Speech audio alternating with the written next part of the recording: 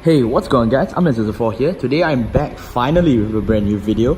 It's a video I promised. So currently I'm in a school, my school. So yeah, unfortunately some dude has scribbled a bunch of very inappropriate messages here. I like to promote no drugs. I am a JoJo fan. I know Jano doesn't like drugs. I promote all of you not to take drugs. Drugs are bad. Okay. So today we're going through my Detonix Drill deck profile. Just adjust the camera a little bit. It's my Detonix Drill Dragon deck profile. Specifically for the Imaginary Gift Accel 2, which is right here. For this. So this deck has been designed by me to bring out the best potential of the Accel 2 gift, which is honestly a very good gift, and it's honestly one of the best decisions Bushiroad has made. We all know that Accel has made Accel cleanse very crappy because of many problems. But with Accel 2, many of Accel's original problems have all been solved, so that's good. But yeah, so anyways, we are going to be going through that, and I'm still getting messages for school related crap because I'm not supposed to be in this classroom, but I am. So let's get started. Our grade 3 lineup is for Detonix Drill Dragon and Detonix Stinger.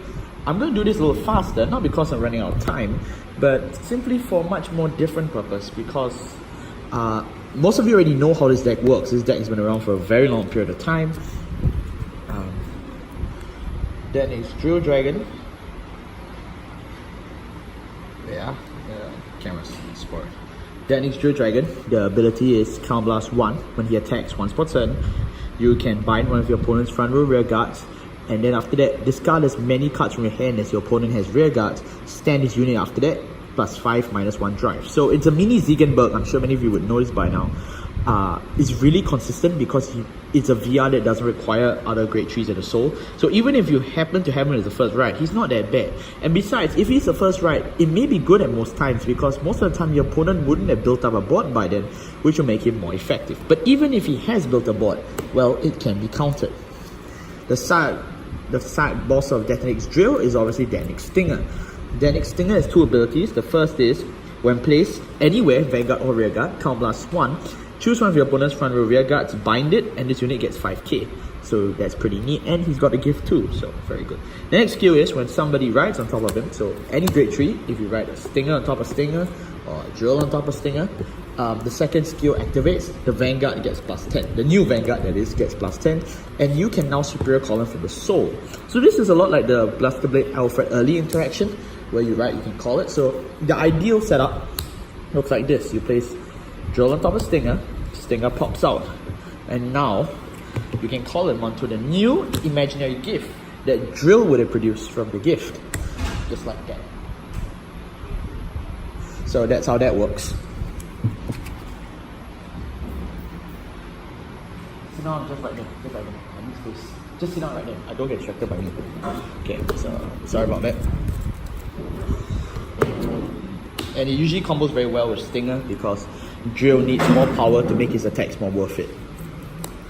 Next up, we have 4 copies of Recklessness from the trial deck. Recklessness is really good.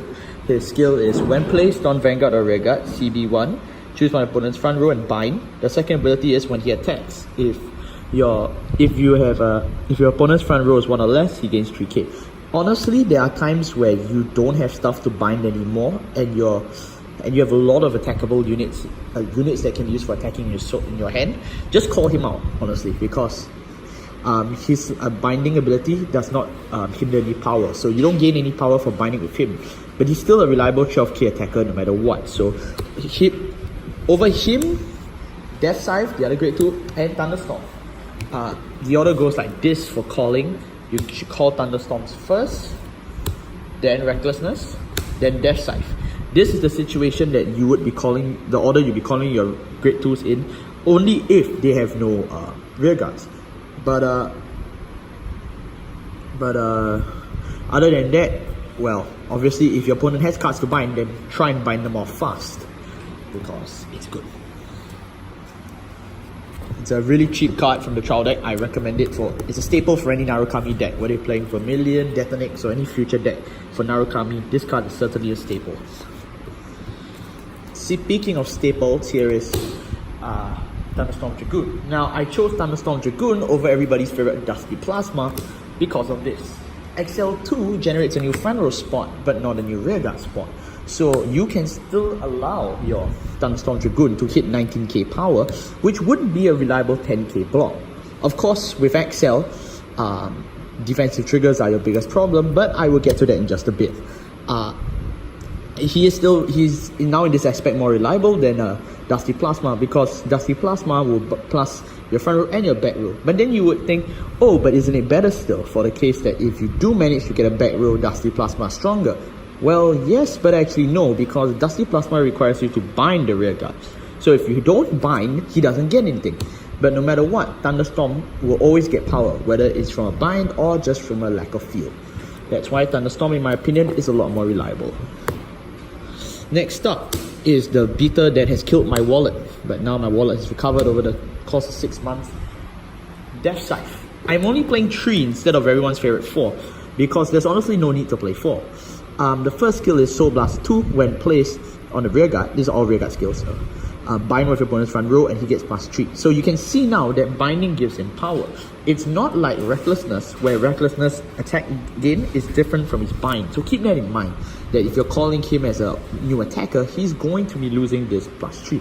His others, of course, when he attacks, if your opponent's front row spot is empty, he gets +5 continuously in the battle. Now, if you have Accel, it's going to be based on where you place Accel, because as you know, Accel's in your front row. So depending on where you call Accel, on the left or right, his skill should be triggering based on the nearest front row spot. So keep that in mind in case you want it. But of course, the binding ability is just bind anywhere, or at least bind them on the front. But whatever it is, you get the point. You need to be careful of placement, especially for Death Scythe. Although honestly, it shouldn't be much of a problem as we think, because Narukami just binds the 2 spots, so it's either left or right. You don't really have much of a choice for this matter. Moving on to Great Ones. Tree Lizard Soldier Riki. Riki's skill is when placed on Vanguard or rear guard, but I honestly just recommend you using it on the rear guard, because you can't use this on turn 1, can you? So Blast 1, he gets +3, swap your opponent's formation. So if it's in the back row, you have to swap. Front row, you swap.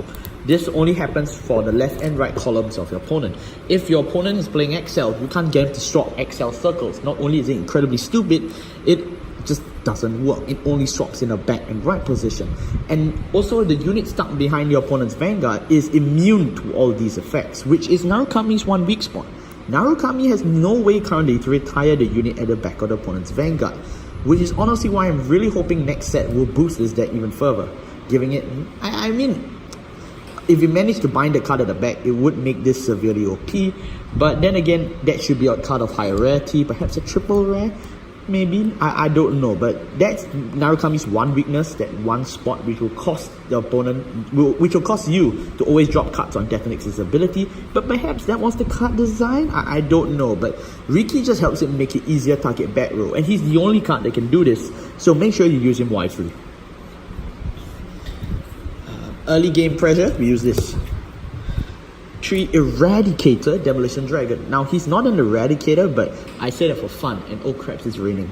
Never mind. On Vanguard, when this unit's attack hits, draw a card. On Rearguard, he gets +3 if your opponent has no front row rearguard. So generally good rearguard pressure on Vanguard or on Rearguard, no matter where you're putting him. He is a reliable beater. He is a good right target for obvious reasons, and he's also a good rearguard if you're using it for early game attacks. Later on, however, you may want to use him as a booster instead, because 8k is still 8k, right? We're going to go to the more controversial ones first. 3 Regina and 2 Helena. Now, I'm just going to put a disclaimer. Throughout my 6+ months of playtesting this deck, I have never used Helena. But Helena can be useful once in extremely blue moon, and that's the only reason why I'm only playing 2. It's suicidal to play more than 2 because those spots can be used for so many other things. Yeah, you rarely use the skill anyways, because by the time you do want to use it, you're either out of soul or he's dead. So, yeah. Dragon Dancer Regina. Now she's really reliable actually. You suck her into the soul, 3 of your units gain +5. It's incredibly reliable because Accel 2, which is when activated, +5 to this circle, and you draw a card when placed. So I will get into that in just a bit on why the draw is very important in another video maybe, but this card's +5k is no joke because it can raise numbers. Well, it's relatively small though. It can raise numbers for multiple units, which can cause it to just be a little bit more harder for your opponent to guard.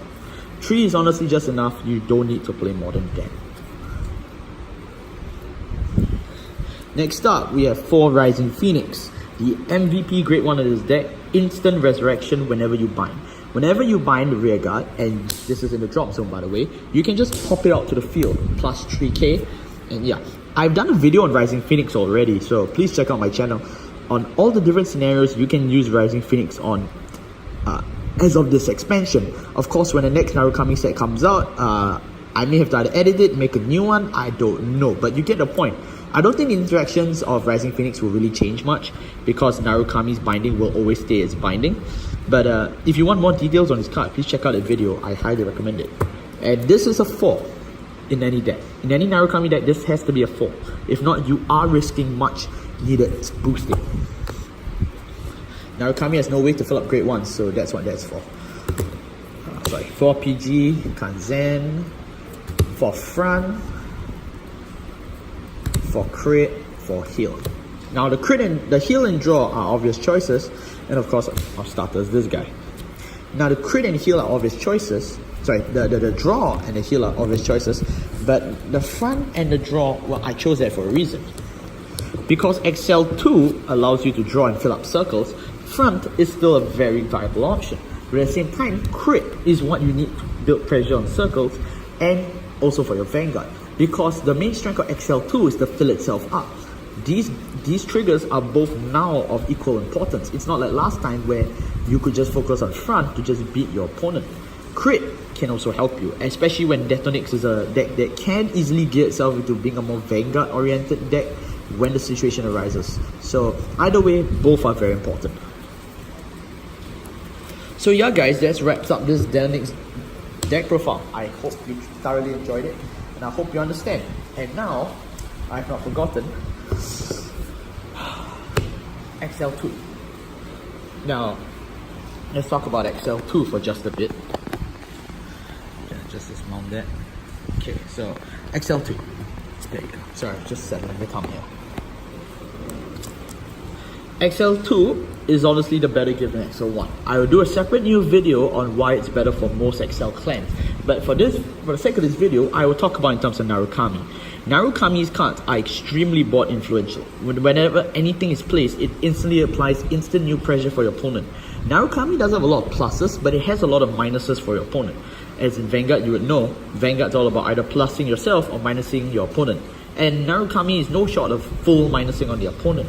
This allows you to draw more pieces, especially in effect, it's like an on-place draw, if you get what I'm trying to say. And those effects have always been very powerful, especially when Accel lacks a lot of draw. Imagine you have a circle, and this is your first ride. Now when you draw, you could, by luck, draw something like Recklessness, and boom, the spot is filled. Which is why Garmor in Gold Paladin has always been a good choice for Vanguard itself, stuff like Pelennor, yes I admit, because the circle can be filled and it instantly provides brand new pressure. Accel 2 does that without Garmor and can be applied to many decks or all Accel decks universally. Of course, Accel 1 does have its strengths, I'm not gonna lie. Accel 2 is more prone to defensive triggers, but for Narukami, what really lies is the fact that a lot of its cards can gain power by itself. And you have triggers too, because you're a normal player. So you don't have to run the huge risk of, low numbers. Narukami can make up for the low numbers because they gain their own power, and more attacks is always good. In addition, if you really do face the problem of low power, I can assure you that you will still gain some form of advantage. For example, even if that Recklessness doesn't get an attack, it still does bind, and that's an instant minus for the opponent. So all your cards are board influential, and that's why Accel 2 is of even more important. The more pieces of this you draw, the better, and the faster your opponent is going to suffer. because every card for an Accel deck means something. Actually, every card for every deck means something, but especially in the case of Accel, where speed and timing mean everything before you get outforced or outcocked. So you get what I'm trying to say. This is really important. So yeah, I hope you guys enjoyed this video. I've been delaying this deck for so long and I feel just incredibly guilty. But tell me what you feel in the comment section below. Do you like me filming in weird places like a school? Do you enjoy this deck, more importantly? I really want to hear your opinion on it. Honestly, I'm really excited for the next wave for Narukami. This is honestly my strongest and favorite deck. I really wish it gets some new support, although I hope it's not broken. But what do y'all think? Will y'all continue playing Detonix Drill and Stinger even after the new set? I mean, we can't know for sure, but I certainly still will. Thank you all so much for watching, and I'll see y'all next time.